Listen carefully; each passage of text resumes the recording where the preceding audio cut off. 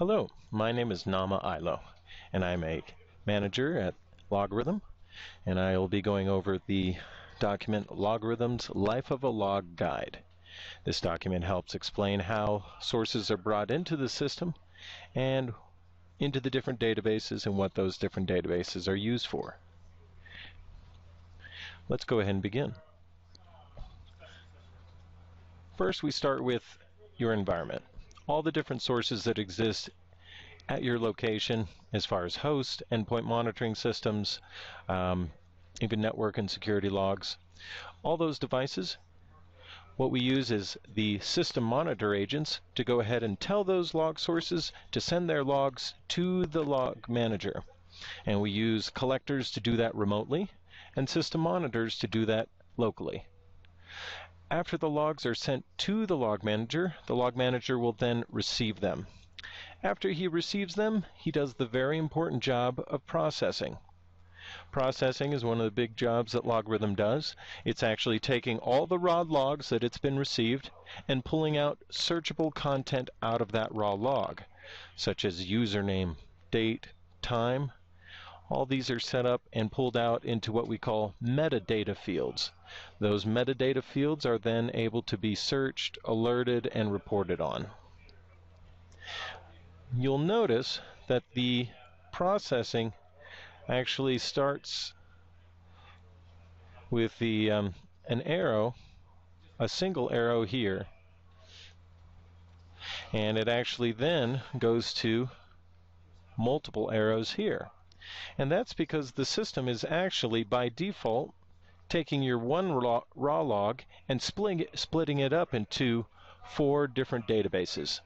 And so it takes the one log and copies it 4 different times. That does actually duplicate a lot of data, but what we use is global log processing rules, or GLPRs, to sort of filter out data from one database and into another. All logs that are identified can go into any of the databases. Logs that are unidentified still can be gathered, but can only be kept in the Logarithm Archives and LRDB database. All right, now let's go over the databases themselves.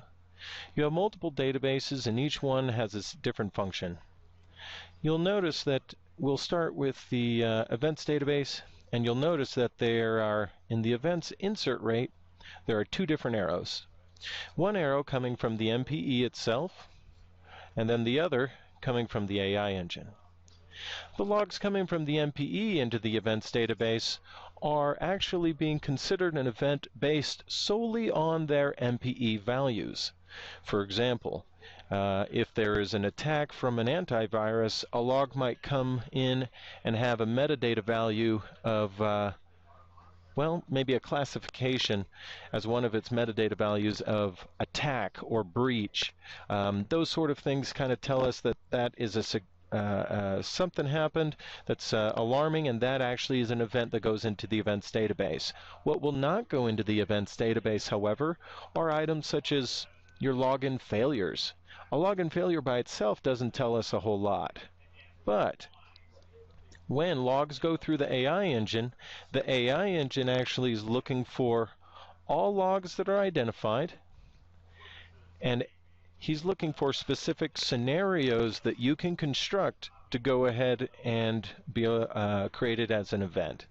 So that login failure by itself might not be able to work as an event, but if we were to go ahead and look at multiple login failures followed by a login success, that scenario may actually tell us that there might be an attack or a breach that was successful. And so that scenario, or any other scenario that you can kind of come up with, is something that the AI engine can go ahead and look out for, and also considered an event and go ahead and contribute to the events database insert rate. Events logs are in that database for one main reason, and that is to take some sort of an action. And actions come in the form of alarms. The logs will come into the alarms database and then either maybe shoot off an email alert notification. You can send a text file. Smart response remediation actually can kick off a PowerShell script to go ahead and perform a specific action for you. And so as long as logs are in the events database, they can go ahead and take some sort of an alarm and or some sort of action. On the flip side, if there are logs in the events database and they are not taking a specific action, then they're actually taking up space. The default TTL for this database is 90 days, and so every 90 days your events database will be completely replaced. And so what we want to do is make sure that the only logs that are in the events database are logs that we're actually taking some sort of action on. That way, we can make sure that it's not filled up with anything that is not taking an action. There are other databases that are available to help you research activity surrounding a particular event where those logs are more useful. And so the next database we go over is the LogMart database. LogMart database is unique mostly because of its TTL. It actually carries logs in that database for a full 365 days by default. The reason why we can do a full year is because it's only metadata. And so whenever you look at logs from this database, you'll see username, date, time, logged in 47 times. They basically show counts rather than the raw message itself. The raw logs are actually kept in the final database. The final one is the LRDB database. This guy is your biggest bottleneck just because it requires all the logs to be in their raw log format. So this database gets very large very quick. This database only has a time to live of 10 days, so the entire database gets completely replaced every 10 days.